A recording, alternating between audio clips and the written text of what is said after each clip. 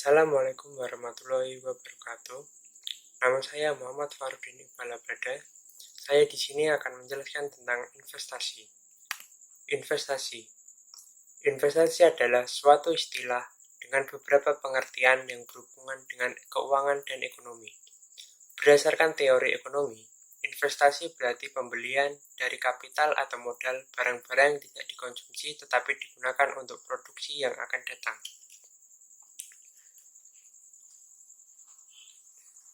Pengertian investasi menurut para ahli. Pengertian investasi menurut Sudono Sukirno, investasi dapat diartikan sebagai pengeluaran atau pembelanjaan penanaman modal atau perusahaan untuk membeli barang-barang modal dan perlengkapan produksi untuk menambah kemampuan memproduksi barang-barang dan jasa-jasa yang tersedia dalam perekonomian. Fungsi investasi. Menurut Sudono, fungsi investasi yaitu suatu pengeluaran untuk membeli barang modal dan sebuah peralatan produksi yang bertujuan untuk mengganti dan menambah suatu barang-barang modal dalam suatu perekonomian yang akan digunakan untuk memproduksi barang dan jasa di masa depan. Fungsi yang kedua yaitu kurva yang menunjukkan sebuah hubungan antara tingkat investasi dan tingkat pendapatan nasional. Kemudian tujuan investasi. Yang pertama, untuk mendapatkan sebuah pendapatan yang tetap dalam setiap periode. Kedua, untuk membentuk suatu dana khusus. Yang ketiga, untuk mengontrol atau mengendalikan suatu perusahaan lain. Yang keempat, untuk menjamin tersedianya sebuah bahan baku dan untuk mendapatkan pasar untuk produk yang dihasilkan. Kelima, untuk mengurangi persaingan di antara sebuah perusahaan-perusahaan yang sejenis. Keenam, untuk menjaga hubungan antar perusahaan. Jenis investasi. Jenis investasi berdasarkan asetnya, yaitu tergolong investasi dari segi aspek modal atau kekayaan. Investasi berdasar asetnya terbagi lagi menjadi dua, yaitu yang pertama adalah real aset, yaitu investasi yang berwujud seperti gedung-gedung, kendaraan, dan lain-lain. Kemudian yang kedua adalah financial asset, yaitu dokumen atau surat-surat klaim tidak langsung dari pemegangnya terhadap sebuah aktivitas real pihak yang menerbitkan sekuritas.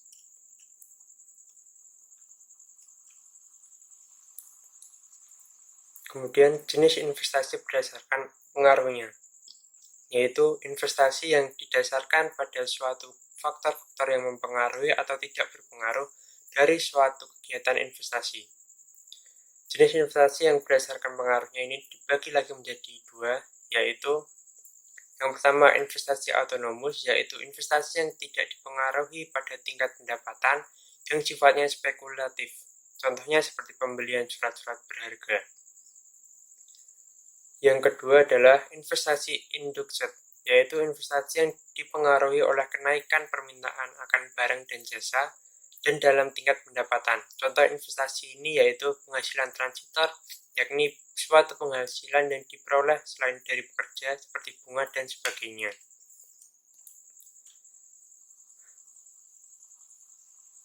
Kemudian jenis investasi berdasarkan sumber pembiayaannya, yaitu merupakan investasi yang didasarkan pada sebuah asal-usul investasi yang diperoleh. Jenis investasi ini dibagi lagi menjadi dua macam, yakni investasi yang bersumber dari modal asing dan investasi yang bersumber dari modal dalam negeri. Kemudian jenis investasi berdasarkan bentuknya. Investasi ini merupakan investasi yang didasarkan pada suatu cara menanamkan investasinya. Jenis investasi ini dibagi lagi menjadi dua, yaitu yang pertama, investasi portofolio, yaitu dilakukan melalui pasar modal dengan instrumen surat berharga. Contohnya seperti pada saham dan obligasi. Yang kedua, investasi langsung, yaitu bentuk investasi yang dilakukan dengan membangun, membeli total, atau mengakuisisi sebuah perusahaan. Kemudian, manfaat investasi. Yang pertama, bisa menjadi potensi penghasilan jangka panjang. Yang kedua, bisa mengungguli inflasi. Yang ketiga, bisa memberikan sebuah penghasilan yang tetap. Yang keempat, dapat menyesuaikan dengan suatu perubahan kebutuhan. Yang kelima, dapat berinvestasi sesuai dengan suatu keadaan keuangan Anda. Kemudian, faktor yang mempengaruhi laju investasi. Pertama, pengaruh nilai tukar. Kedua, pengaruh tingkat suku bunga. Ketiga, pengaruh tingkat inflasi. Keempat, pengaruh infrastruktur.